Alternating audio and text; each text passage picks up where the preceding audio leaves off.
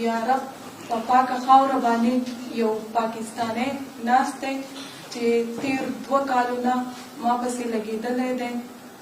اول خو به یې وی چې دا زما ښځه ده او اوس دا ریسنټلی ما له هر ټایم دمکیانې راکوي، ما له د مرګ دمکیانې راکوي چې تا حلالو.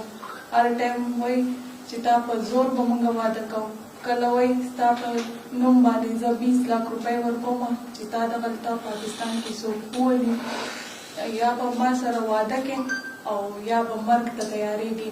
د هغه د وجې زما ټول کیریر تباه شو، د هغه د وجې زه ډېره زیاته بدنامه شوم. نو زه دا پریس کانفرنس څخه کوم چې د خلکو ته واضحه شي چې دا خبره داسې ده. د دې کس تعلق چې دی د دیر واړۍ سره دی، اپر دیر واړۍ سره دی او په سعودي عرب ریاض کې ژوند کوي. نوم یې سید ولی شاه. زه به دا خبره دلته وکړم چې په سوشل میډیا باندې یو ټرینډ دی چې یو کس یې د هغه په دې معاشره کې څه رول ادا کړی، څه خدمات یې کړي د دې معاشرې لپاره، نو بل یو کس په راپاسې د خپل فیم حاصلولو دپاره به د هغه د بدنامولو کوشش شروع کړي او د دغه چند ویورز دپاره چې په هغې دوی ته پیسې ویلاویږي. زموږ د پښتنو بدقسمتي دا ده چې موږ همیشه هغه خلک ګورو کوم چې په دې معاشره کې داسې الفاظ استعمالوي چې هغه د اورېدلو نه وي.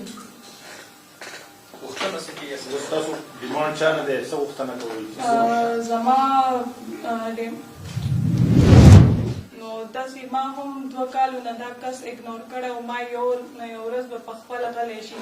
خو چې کله یې ډېر بد حالات راواغېستل نو د اختر په 2مه ورځ پسې زه لاړم دیر واړۍ ته. هغه مشرانو ته مې ولا صرف دغه ګیله وړله چې تاسو دا زوی ما نه منې کوئ، ځکه چې د ده سره نه زما دوا سلام شوي دي، نه یې زه پېژنم، نه ورسره زما څه واسطه راغلي ده، وچ په وچ راغلی دی، په ما پورې ځان تړي. که د هغه اکاونټ تاسو وګورئ نو په هغه هر یو ویډیو کې زما پکچر هغه لګولی، په هر یو ویډیو کې هغه زما بیان کوي.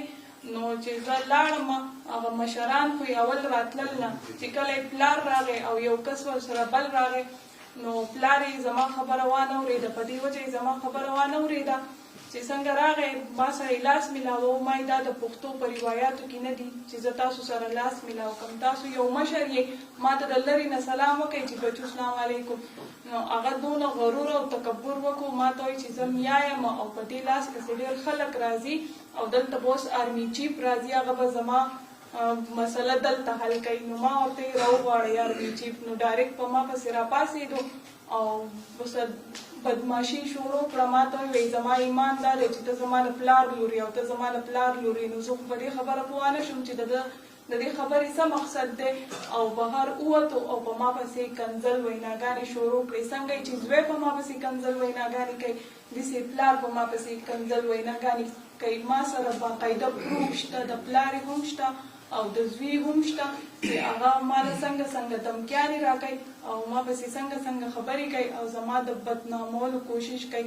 دا په سوشل میډیا باندې چې دو کنځلې نه کوي نو دو ته هغه پیسې نه میلاویږي، د چند پیسو لپاره پښتانه بدناموي دا خلک. هغه ډیمانډ ما د نه منلو ډیمانډ کړی و چې هغه نه پوره کېږي. ما ځکه دغه ډیمانډ کېښودی و چې دا کس زما نه واوړي او وتښتي، خو هغې کې چې زما کم هیټرز دي نو هغه ټول راپاڅېدل، هماغه کس سره مدد کوي.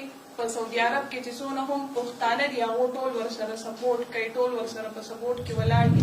زما پرسنل لایف دی، زما خپله مرضي ده چې زه چا سره لایو راځم او چا سره لایو نه راځم. زه ډېر ادبي محفلونو کې هم کښېنم باسم، زه خپل اکټیویټیز هم کوم، هیومن رایټس اکټیویټیز زه کوم، زه هغې کې هم ګرځم راګرځم. زما ژوند دی، زما مرضي ده. اوله پکار ده چې زما په ژوند کې کار نه ساتي، زما ورسره نه څه رشته شوې ده، نه زما په نسب کې دی، نه زه پېژنم نه وېژنم، زما سره یې څه کار نشته.